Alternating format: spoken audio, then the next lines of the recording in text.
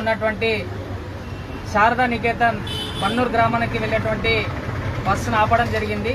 దీనికి ఆపడానికి ముఖ్య కారణం ఏంటంటే స్కూల్ విద్యార్థులు వారి యొక్క తల్లిదండ్రులు తమ పిల్లలు సేఫ్టీగా ఉంటారని చెప్పి వేలకు వేలు ఫీజులు కట్టి ప్రశాంతంగా సేఫ్ జోన్లో మా ఇంటికి వస్తారని చెప్పి వేల రూపాయలు ఫీజు కట్టి బస్సు ప్రయాణానికి సురక్షితంగా తీసుకెళ్లాల్సినటువంటి స్కూల్ యాజమాన్యం ఈరోజు కేవలం అక్షరాలతో వేల వ్యాపారం చేస్తూ విద్యార్థినీలకు ఈరోజు బస్సు సౌకర్యం కల్పించడంలో పూర్తిగా వైఫల్యం చెందింది. ఈరోజు మనం చూసుకున్నట్లయితే ఇక్కడ దాదాపు 50 మంది కూర్చోవలసినటువంటి విద్యార్థులు దాదాపు 100 పైన ఒక సీట్లో 6 నుంచి 8 మంది విద్యార్థులను కూర్చోబెట్టడం జరిగింది. కాబట్టి తక్షణమే ఆర్టీఓ గారు స్పందించి పరిమితికి మించి ఎక్కువ విద్యార్థులు తరలిస్తున్నటువంటి శారదా నికేతన్ స్కూల్ బస్సులను తక్షణమే సీజ్ చేయాలని చెప్పి ఏఎస్ఎఫ్ గా ప్రధానంగా డిమాండ్ చేస్తున్నాం.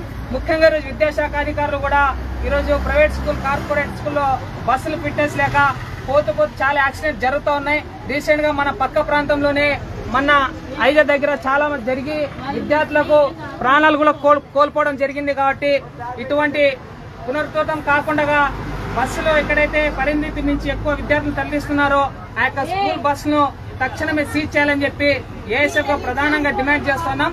లేని పక్షంలో ఆర్టీఓ కార్యాలయం ముందు పెద్ద ఎత్తున ఆందోళన కార్యక్రమానికి కూడా ఏఎస్ఎఫ్ గా మేము శ్రీకారం చుట్టామని చెప్పి ఈ సందర్భంగా తెలియజేస్తూ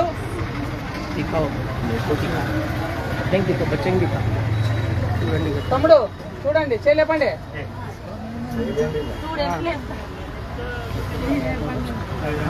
50 మంది కూర్చునే దగ్గర ఇంతమంది చూడండి సార్. అగ్గిపెట్టెలో మనము ఒకటి వత్తి ఎట్లా మనం కూర్చోబెడతామో ఆ విధంగా ఈ బస్సులో కూడా విద్యార్థులను అగ్గిపెట్టెలు అగ్గి పుల్లల మాదిరిగా వత్తి ఇరికించి ఎక్కించడం జరిగింది. విద్యార్థి సంఘాలు వచ్చి ఆరోపణలు చేస్తే ఎగ్జామ్స్ ఉన్నాయి ఈరోజు బస్సు చెడిపోయిందని చెప్పి తప్పుడు ఆరోపణలు చేస్తా ఉన్నారు. వాస్తవానికి ప్రతి రోజు కూడా శారదా నికేతన్ స్కూల్ బస్సులు ఇదే విధంగా విద్యార్థులను తోపులాట ఒకరి మీద ఒకరిని ఎక్కిస్తూ బస్సులు నడుపుతా ఉన్నారు. కాబట్టి శారదా నికేతన్ విద్యా బస్సులు తక్షణమే సీజ్ చేయాలని చెప్పి ఏఎస్ఎఫ్ గా డిమాండ్ చేస్తా ఉన్నాం. షాకీర్ బాషా ఏఎస్ఎఫ్ జిల్లా కార్యదర్శి. ఏమన్నైతే ఏం పరిస్థితి ఇంతకుముందు యాక్సిడెంట్ అయ్యిందా ఇంతమంది ఉంటే 4 పోతుండ్రి మరి అట్లా అని ఫీజు వాపస్ ఇస్తారా?